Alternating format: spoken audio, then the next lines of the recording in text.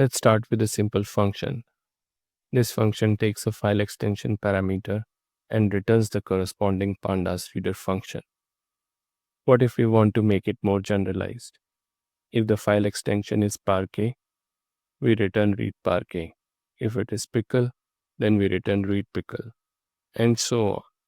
But pandas have many reader functions, and soon it might seem like it's getting out of hand. Is there a better way to write this? Welcome to 1 Minute Python, and today I'm talking about good taste. But first, let's look at what Linus has to say about good taste.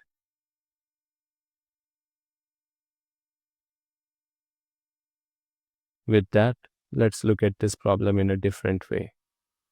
We have a parameter file extension, and we have a set of possible values it can take. At first, we check if the value is within the set. If it is, we then go to the corresponding reader functions and return that value. Basically, it's a one-to-one mapping between values and the reader function.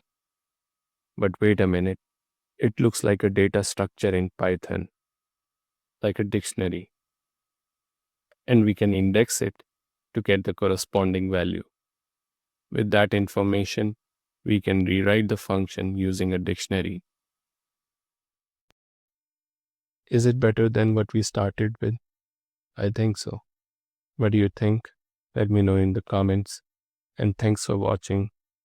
And do remember to subscribe.